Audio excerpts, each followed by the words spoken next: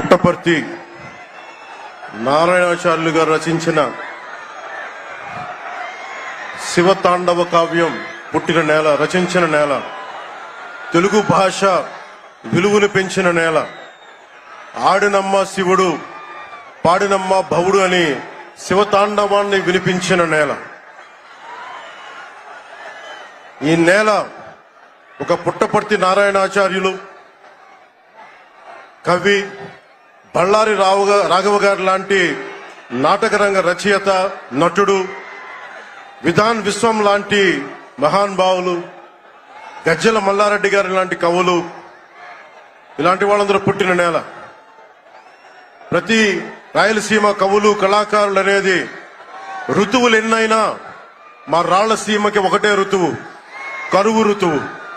కాలాలు ఎన్నైనా మా రాయలసీమకి ఒకటే కాలం, ఎండాకాలం.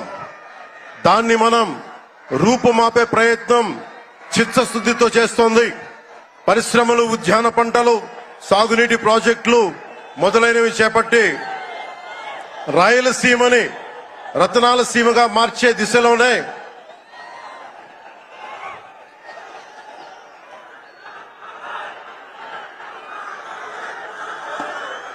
ఈ రోజున మేమందరం గౌరవ ముఖ్యమంత్రి గారి చంద్రబాబు నాయుడు గారి నాయకత్వంలో మేము ముందుకున్నాం.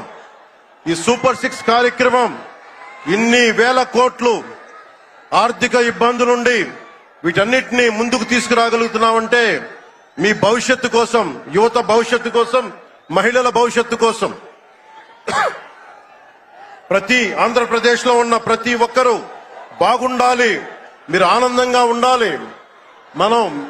మీరే అన్నారు, ఆ రోజు మేము అడిగాం, రాష్ట్రం బాగుండాలి, యద్భావం తద్భవతి. మీరు ఎలా ఆలోచించారో మేమందరం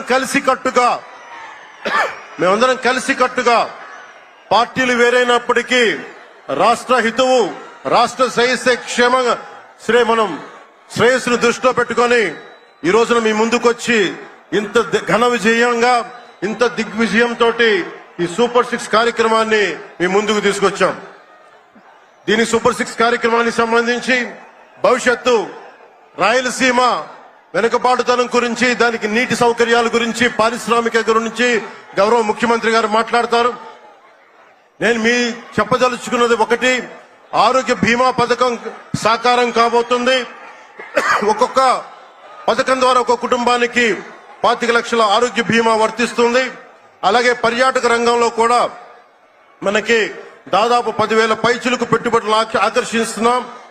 అలాగే పంచాయతీ రాజ్ శాఖలో కూడా పల్లె పండుగ ద్వారా 13,300 గ్రామ పంచాయతీలని గ్రామ సభ నిర్వహించి రికార్డు చేసి 2,007 కిలోమీటర్ల బీటీ రోడ్లు, 4,000 కిలోమీటర్ల సిసి రోడ్లు చేయగలిగాం. 1,55,000 నీటి కుంటలు నిర్మించి 1 టీఎంసీ నీటిని వర్షాకాలం నిల్వ చేయగలిగాం. అలాగే మూగజీవాల దాహార్తి తీర్చేందుకు 15,000కు పైగా నీటి తొట్లు నిర్మించాం. 22,518 మినీ గోకులాలు చేశాం. అడవి తల్లి బాట కార్యక్రమం గౌరవ ప్రధానమంత్రి శ్రీ నరేంద్ర మోదీ గారి సహకారంతో, ముఖ్యమంత్రి శ్రీ నారా చంద్రబాబు నాయుడు గారి నాయకత్వంలో కూటమి ప్రభుత్వం 1,005 కోట్లతో ప్రధానమంత్రి పిఎం జన్మన్ పథకం, మహాత్మా గాంధీ జాతీయ ఉపాధి హామీ పథకం ద్వారా రాష్ట్ర ఉపాధి హామీ పథకం 625 గిరిజన గ్రామాలని అనుసంధానిస్తూ 1,069 కిలోమీటర్ల రోడ్ల నిర్మాణం జరుగుతోంది. గర్భిణీ స్త్రీలకి డోలీ మోతల నుంచి విముక్తి కలిగించే లక్ష్యంతో ముందుకెళ్తున్నాం. 7,910 కోట్లతోటి జల్ జీవన్ మిషన్ కి ప్రాజెక్టులు చేపట్టాం. అటవీ విస్తారాన్ని పెంచే లక్ష్యంలో 1 కోటి మొక్కల నాటే కార్యక్రమానికి శ్రీకారం చుట్టాం. కర్ణాటక ప్రభుత్వానికి నుంచి సహకారంతో 4 కుంకి ఏనుగులను తీసుకొచ్చాం.